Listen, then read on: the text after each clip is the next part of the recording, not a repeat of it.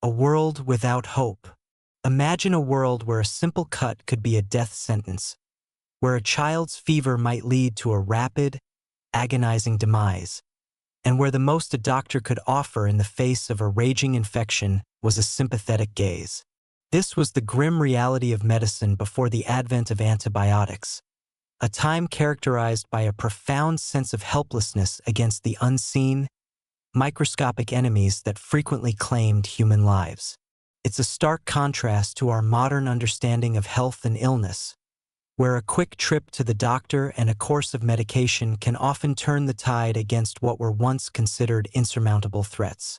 This section aims to paint a vivid picture of that pre-antibiotic era, highlighting the pervasive fear and suffering that set the stage for one of humanity's most miraculous scientific breakthroughs, the discovery of penicillin.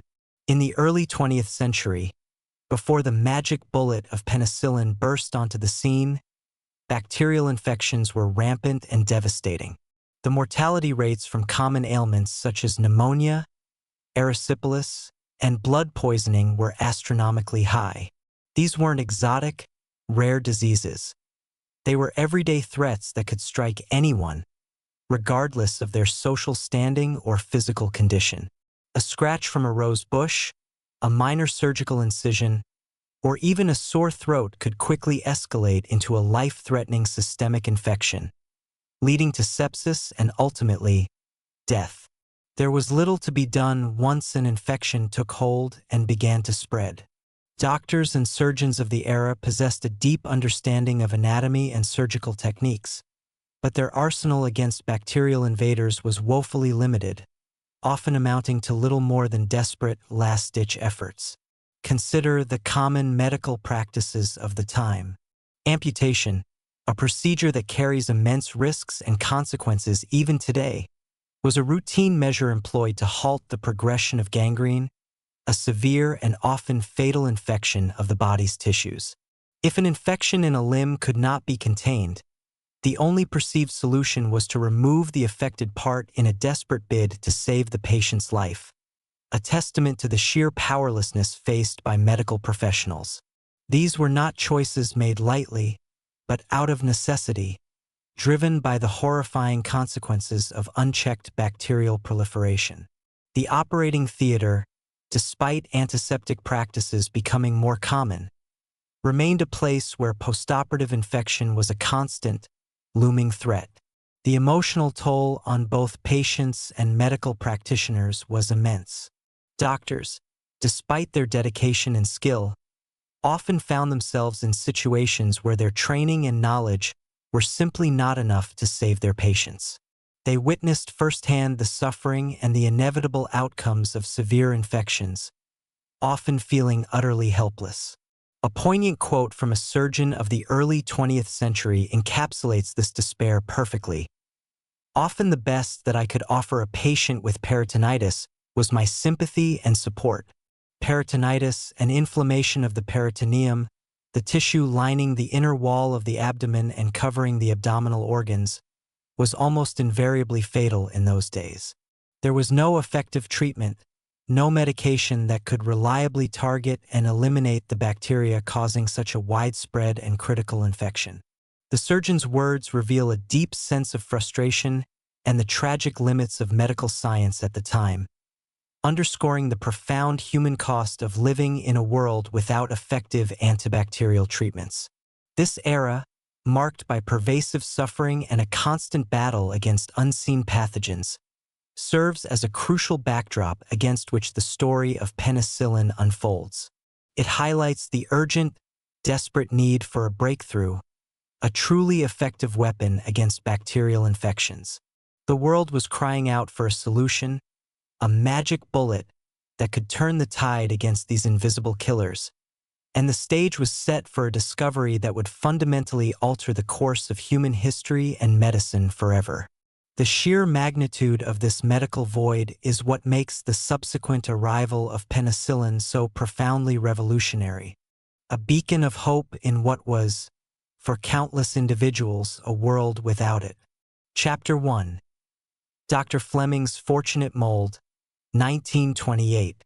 The journey from a world riddled with bacterial dread to one where infections could be effectively treated began with a stroke of serendipity, combined with the keen observational skills of a brilliant scientist. This chapter delves into the legendary discovery made by Alexander Fleming, a moment that, despite its seemingly accidental nature, would irrevocably alter the course of medical history. It's a tale of an overlooked Petri dish, an unexpected fungal intruder, and the intuitive genius of a man who recognized the immense potential in what others might have dismissed as a spoiled experiment. The precise moment of this pivotal discovery can be traced to September 1928. The summer had drawn to a close, and Alexander Fleming, a bacteriologist at St. Mary's Hospital in London, returned to his laboratory after a much-needed vacation. Upon his return, he began the mundane but necessary task of tidying up his workspace, which included sifting through a collection of forgotten Petri dishes. These dishes had been left carelessly piled in a corner of his lab sink, still containing cultures of Staphylococcus bacteria, a common culprit in many infections. It was amidst this post-holiday cleanup that Fleming stumbled upon something truly extraordinary, a sight that would spark a revolution in medicine. As he examined one particular Petri dish, his attention was caught by an unusual sight. A patch of mold had grown inadvertently on the culture, a common occurrence in any bustling laboratory, especially one belonging to a scientist renowned for his slightly untidy habits. However, what made this particular instance remarkable was the clear, transparent zone that surrounded the mold growth.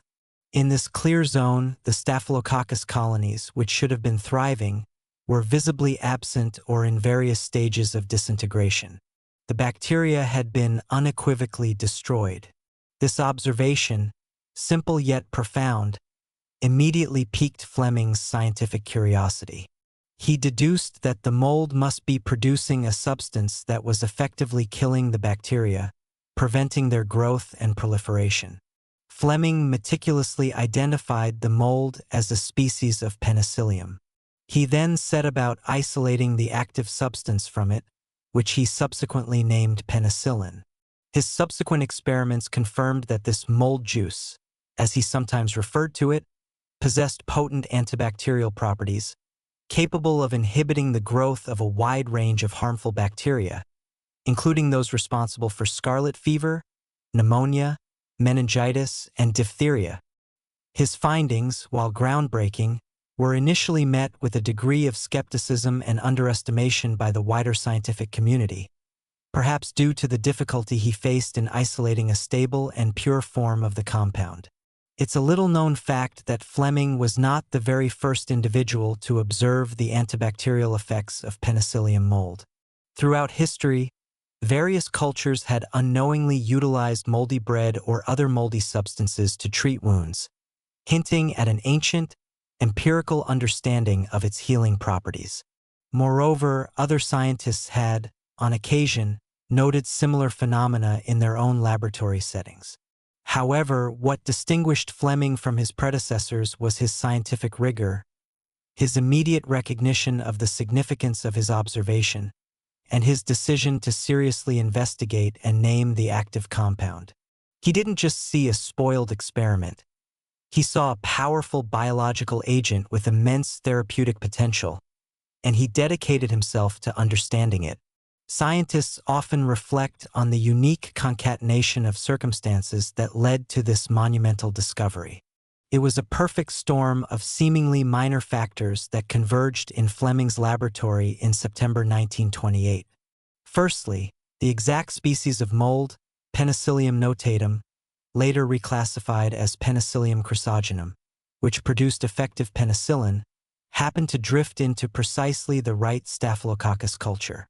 Secondly, the laboratory temperature in London during that particular summer and autumn was unusually cool, providing optimal conditions for the mold to grow and produce its antibacterial compound, while also allowing the Staphylococcus to initially flourish before being inhibited. Thirdly, and perhaps most amusingly, The fact that Fleming was known for not always meticulously cleaning his Petri dishes before going on holiday meant that the contaminated culture was left undisturbed long enough for the mold to grow and exert its effect. Had any of these variables been different, the discovery might have been delayed for decades, or perhaps never made at all by Fleming. Fleming himself acknowledged the role of chance in his discovery. He famously remarked, "It was precisely by accident that I discovered penicillin, following the laws of chance." This humble acknowledgement underscores the unpredictable nature of scientific breakthroughs, where keen observation often combines with serendipity to reveal the secrets of the natural world. Indeed, an amusing anecdote circulated within Fleming's laboratory, hinting at the unconventional aspects of his genius.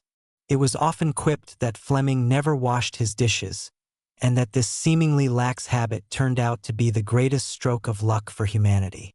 While perhaps an exaggeration, this light-hearted jest highlights the unique circumstances surrounding the discovery and the personality of the man behind it. Fleming's untidiness, combined with his unparalleled ability to observe and interpret the unexpected, ultimately led to the identification of a substance that would, in time, become a magic bullet capable of saving millions of lives and ushering in the era of modern antibiotics. Chapter 2: The Forgotten Treasure and the Oxford Alchemists, 1929 to 1940. Following Alexander Fleming's groundbreaking observation in 1928, penicillin, despite its profound potential, languished in relative obscurity for a decade. While Fleming had successfully identified the antibacterial properties of the mold extract, he faced significant challenges in isolating and purifying a stable form of the compound. His initial findings, published in 1929, introduced penicillin to the scientific community, but the practical difficulties in producing it in sufficient quantities and maintaining its potency meant that its transformative power remained largely untapped. This chapter delves into the period of penicillin's lost years and the monumental, almost alchemical, efforts of a dedicated team at Oxford University who would ultimately transform a raw, unstable substance into a potent, life-saving medicine. Fleming's initial work, while revolutionary in concept, was hampered by the limitations of the chemical technology of his time.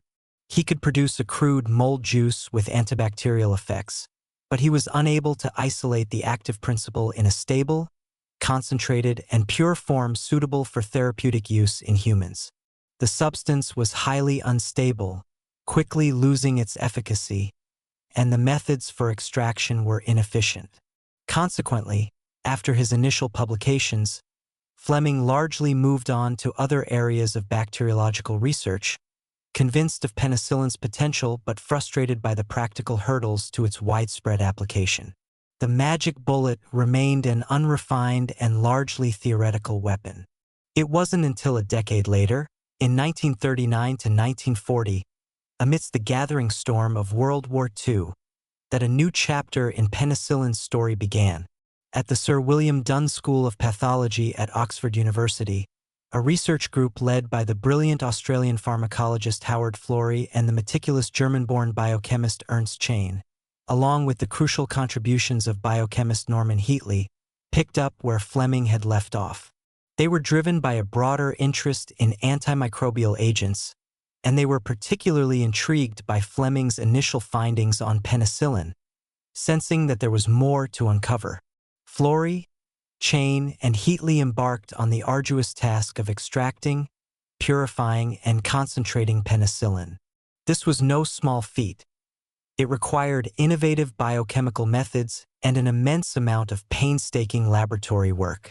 They employed techniques like solvent extraction and eventually lyophilization, freeze-drying, to obtain a stable, albeit still impure, powdered form of the drug. Their meticulous approach allowed them to achieve what Fleming could not: a substance potent enough and stable enough to be tested on living organisms. The scale of their early experiments was astonishing, especially considering the limited resources of a university laboratory during wartime.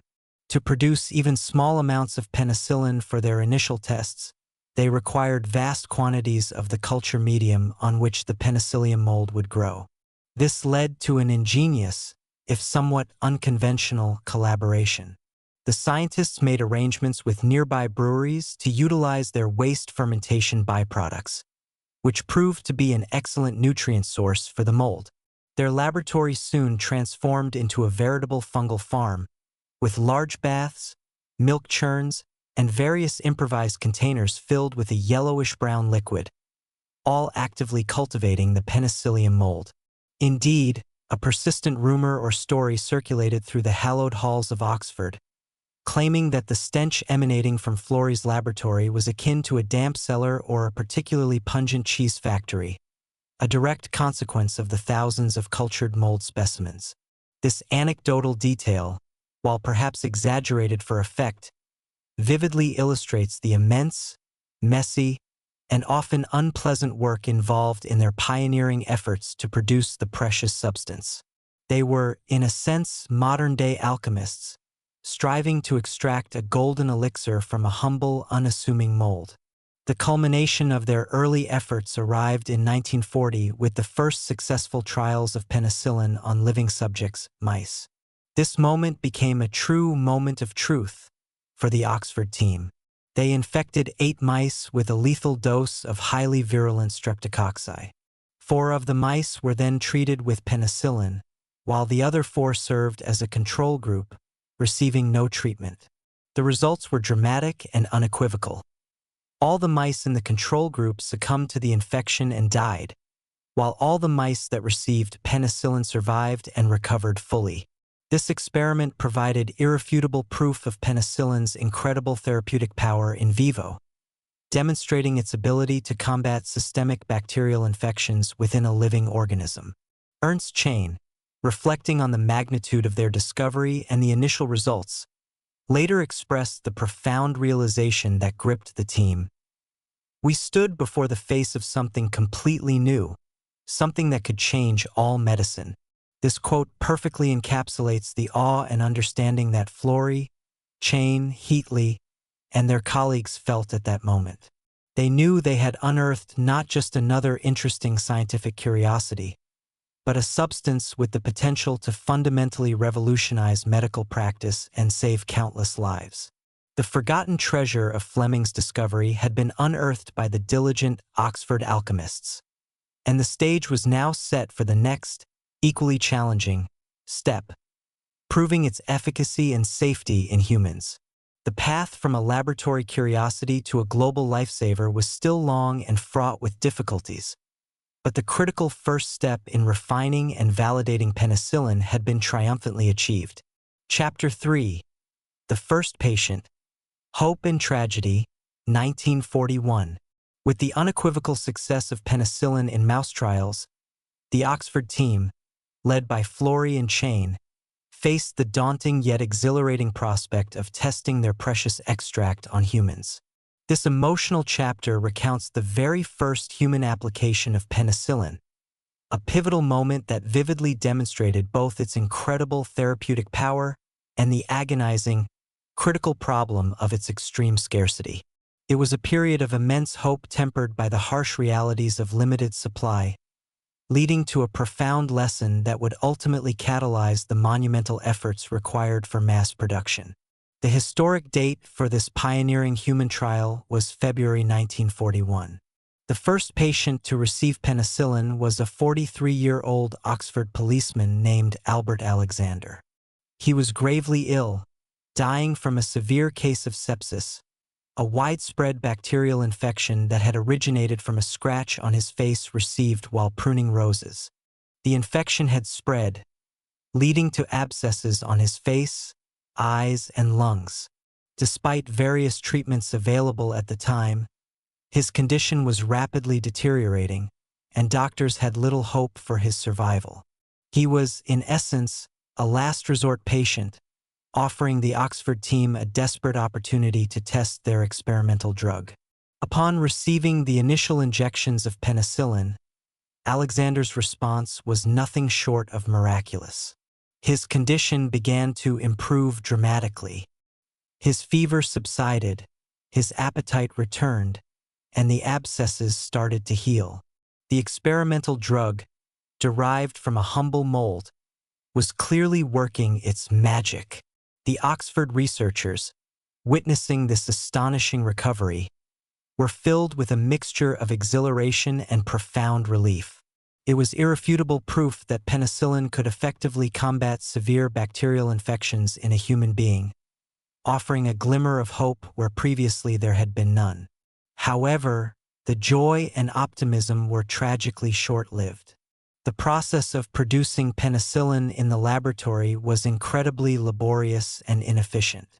The Oxford team, despite their best efforts and improvised methods of cultivation, could only produce a minuscule amount of the drug.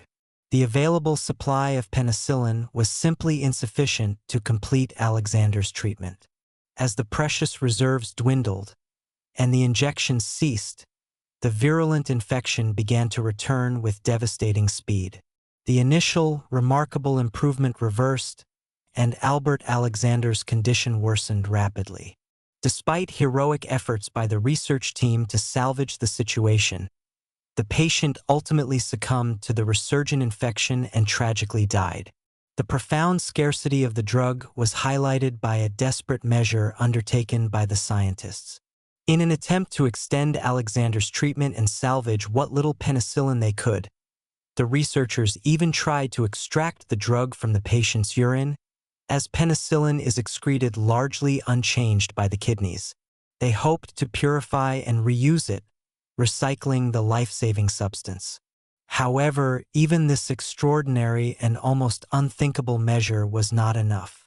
The quantities recovered were minuscule, and the repurified drug could not stem the tide of the overwhelming infection. This desperate act underscored the critical and immediate need for a scalable production method. This heartbreaking tragedy, despite the initial success, became a pivotal, turning point in the history of penicillin. It provided a stark and undeniable lesson. While penicillin was undeniably a powerful therapeutic agent, its life-saving potential could only be fully realized if it could be produced in vast, industrial quantities. The limited, painstaking laboratory production methods were simply inadequate for mass treatment. The war, which was now raging across Europe, provided an unprecedented and urgent catalyst. The immense casualties and widespread infections among soldiers made the need for such a drug not just a scientific curiosity but a matter of national and international strategic importance. The imperative to develop industrial-scale production of penicillin became overwhelmingly clear. The experience with Albert Alexander, though ending in tragedy for him, underscored the urgent global need and ignited a fervent determination among the scientific and medical communities to overcome the monumental challenges of mass production, setting the stage for the next, even more ambitious, phase of penicillin's story. Chapter 4: War, a Melon, and Industrial Breakthrough, 1941 to 1945. The tragic loss of Albert Alexander, despite the initial miraculous response to penicillin, served as a grim but powerful catalyst. It became unequivocally clear that if penicillin was to fulfill its promise as a life-saving magic bullet, its production had to transcend the confines of the laboratory and scale up to industrial levels. This chapter recounts the extraordinary heroic efforts that transformed penicillin from a scarce, experimental substance into a mass-produced pharmaceutical, a feat largely achieved in the United States and inextricably linked to the exigencies of World War II. Recognizing the immense potential of penicillin and the dire need for its widespread availability, especially with the war intensifying, Howard Florey and Norman Heatley embarked on a critical mission. In the summer of 1941, they traveled to the United States. Britain, already deeply embroiled in the war and facing constant bombing raids, lacked the industrial capacity and resources to undertake such a massive and unprecedented production challenge. The hope was that American pharmaceutical companies, with their robust industrial infrastructure and expertise, could develop the techniques for large-scale production. The timing was critical. The United States was on the cusp of entering World War II, and its military leaders and scientists quickly grasped the strategic importance of a drug that could drastically reduce battlefield casualties from infected wounds. The collaboration between British scientific brilliance and American industrial might become one of the most remarkable partnerships in wartime science.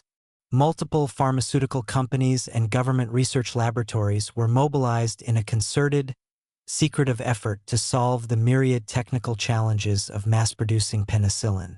The primary objective was clear: to significantly increase the yield of penicillin.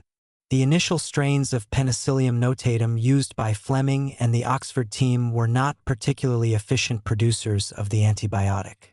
Researchers across the United States began a widespread search for more productive strains of the mold. This hunt involved examining thousands of samples from various sources: soil, air, food, and even discarded items. It was in a research laboratory in Peoria, Illinois, that a remarkable and serendipitous discovery was made that would fundamentally alter the trajectory of penicillin production. Researchers at the Northern Regional Research Laboratory, NRRL, of the U.S. Department of Agriculture were meticulously examining moldy food items collected from local markets. One day, on a moldy cantaloupe melon purchased from a Peoria market, they found a strain of Penicillium chrysogenum that produced significantly higher quantities of penicillin compared to the original Oxford strain. This superstrain, later known as the Peoria strain, became the cornerstone for virtually all subsequent industrial penicillin production. It was a humble discovery that had monumental implications, dramatically increasing the feasibility of mass production. The scientific community didn't stop there. Once the high-yielding Peoria strain was identified, scientists embarked on one of the earliest large-scale programs of what we now recognize as biotechnological engineering. They actively engaged in techniques to further enhance penicillin production from this strain.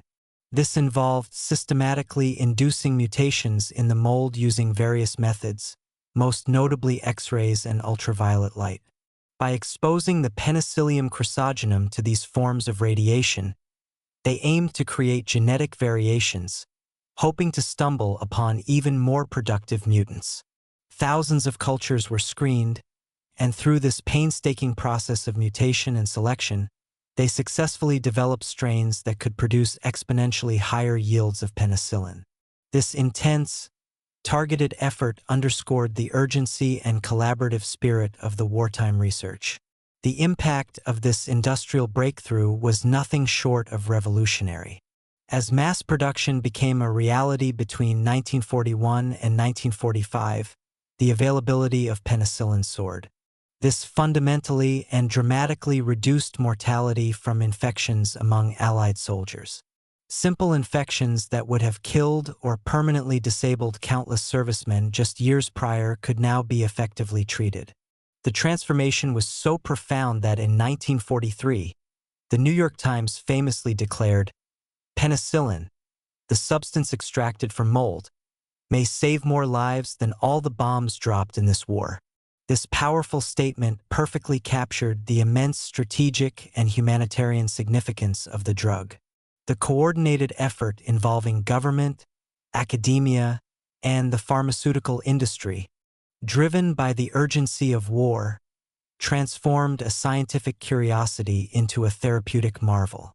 It was a testament to human ingenuity and collaboration under pressure, demonstrating that even the most complex scientific challenges could be overcome when resources and determination were marshaled effectively. The melon from Peoria, irradiated and carefully cultivated, became a symbol of this unprecedented scientific and industrial triumph, paving the way for penicillin to become a true magic bullet on a global scale. Chapter 5: The Magic Bullet on the Front and Home Front. With the monumental success of industrializing penicillin production, the magic bullet swiftly transitioned from a laboratory marvel to an indispensable tool on the battlefields of World War II and eventually a symbol of medical progress for the civilian population. This chapter illustrates how penicillin profoundly altered the course of the war and subsequently became widely accessible, cementing its place as one of the greatest scientific achievements of the 20th century. From 1943 onwards, penicillin was actively deployed on the fronts of World War II. Its impact on military medicine was immediate and dramatic. Before penicillin, bacterial infections of wounds were a leading cause of death and disability among soldiers. A seemingly minor shrapnel wound or a graze could easily become infected, leading to gangrene, sepsis, and often death or the necessity of amputation. Penicillin fundamentally changed this grim reality. The drug sharply reduced mortality rates from wound infections, allowing countless soldiers to recover from injuries that would have been fatal only a few years earlier. It also played a crucial role in treating other prevalent infections among servicemen, including venereal diseases, which were a significant problem in wartime conditions. Penicillin's broad efficacy against a range of bacterial pathogens earned it the unofficial moniker the double danger drug, signifying its power against both battle wounds and the unconquerable diseases that plagued military camps. The perceived value and scarcity of penicillin during the war led to numerous anecdotes and even a touch of dark humor among the troops and medical personnel. A common rumor among soldiers was that penicillin was so incredibly valuable that one could exchange it for an entire tank, highlighting its immense worth on the battlefield where lives hung in the balance. In the grim environment of field hospitals and medical aid stations, the phrase, "This is worse than no penicillin," became a form of dark humor, used to describe exceptionally dire or painful situations. This grim jest underscores just how critical and hoped for the drug was, and how terrifying its absence would be in the face of severe infection. Beyond the immediate battlefield, penicillin also made its mark on the civilian population, even before the war concluded. One notable story of its early civilian application occurred after the devastating Coconut Grove nightclub fire in Boston in 1942. This horrific tragedy resulted in hundreds of fatalities and left many survivors with severe burns and smoke inhalation, making them highly susceptible to secondary bacterial infections. The limited supplies of penicillin available in the United States at that time were strategically deployed to treat the burn victims. This marked one of the first mass civilian uses of the drug in the U.S. and garnered immense public attention. The dramatic recoveries and saved lives among the fire victims served as a powerful public demonstration of penicillin's life-saving capabilities, further solidifying its reputation and driving home the urgent need for even greater production. The availability of penicillin fundamentally transformed both wartime medicine and post-war public health. It gave doctors a powerful weapon to combat infections that had previously been untreatable, allowing for more complex surgeries, improving recovery rates, and changing the very prognosis for many common illnesses. Soldiers who might have died from battlefield infections returned home, contributing to a generation that had directly experienced the drug's miraculous effects. For the civilian population, it ushered in an era of unprecedented control over infectious diseases, shifting the medical landscape forever. Penicillin became more than just a drug. It became a powerful symbol of scientific progress, human ingenuity, and the hope for a healthier, safer future, profoundly altering societal expectations regarding disease and recovery. Its widespread success laid the groundwork for the subsequent golden age of antibiotic discovery and application. Conclusion: the legacy of the yellow juice and the shadow of resistance. The story of penicillin, from a forgotten mold in a Petri dish to a mass-produced magic bullet, represents one of the most significant triumphs in the history of medicine. It initiated nothing less than a revolution, profoundly altering human life expectancy, medical practices, and our very relationship with disease. This concluding chapter summarizes the monumental legacy of penicillin and critically turns our attention to a modern challenge: antimicrobial resistance, a consequence that, remarkably, was foreseen by one of the drug's pioneers. The profound impact of penicillin was universally recognized. In 1945, the Nobel Prize in Physiology or Medicine was jointly awarded to Alexander Fleming, Howard Florey, and Ernst Chain for their pivotal roles in the discovery and development of penicillin. This prestigious award was a fitting tribute to the disparate but equally essential contributions of the three scientists. Fleming for his initial, serendipitous observation, Florey and Chain for their arduous and ingenious work in isolating, purifying, and proving the therapeutic efficacy of the substance. Their collective efforts inaugurated what is often referred to as the era of antibiotics, opening the floodgates for the discovery and development of numerous other antimicrobial drugs that would further cement humanity's newfound advantage over bacterial infections. Penicillin's influence extends far beyond merely treating infections. It made modern surgery safer, allowing for complex procedures without the near certainty of postoperative infection. It transformed the treatment of pneumonia, tuberculosis, and countless other diseases, turning what were once death sentences into manageable conditions. The average human lifespan increased significantly in developed nations, a direct testament to the reduction in mortality from infectious diseases. The yellow juice, as it was affectionately or pragmatically called in its early, less refined forms, literally reshaped the landscape of public health and medicine. However, even at the height of penicillin's triumph, a prescient warning was issued. It's a little-known fact that Alexander Fleming himself, in his Nobel lecture in 1945, articulated a chilling foresight about the potential dangers of misusing the very drug he had discovered.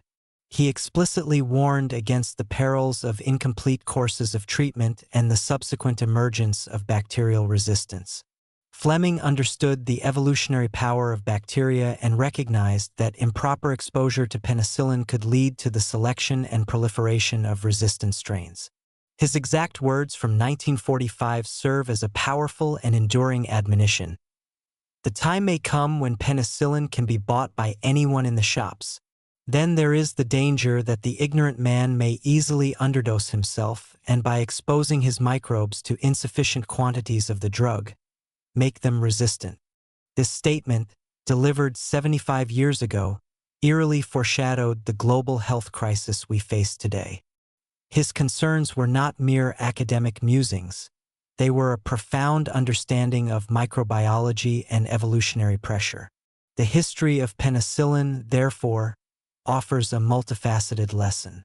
It is a story of genius, serendipity, relentless perseverance, and international collaboration in the face of immense challenges. It reminds us that the greatest scientific discoveries often require not only the spark of an idea but also the sustained effort of many to bring it to fruition and scale. Yet, it also stands as a stark reminder of the responsibility that comes with such powerful tools. The magic bullet saved millions, but it is not an eternal panacea. The rise of antibiotic resistance, driven by both the overuse and misuse of these precious drugs, poses one of the most significant threats to global health in the 21st century, threatening to drag us back to a pre-antibiotic era where a simple infection could once again become a death sentence. Our collective task now is to heed Fleming's prophetic warning, to use these invaluable medicines wisely, and to continue the search for new solutions, ensuring that the legacy of penicillin endures and that its power to save lives is preserved for future generations. The fight against bacteria, it turns out, is a perpetual one.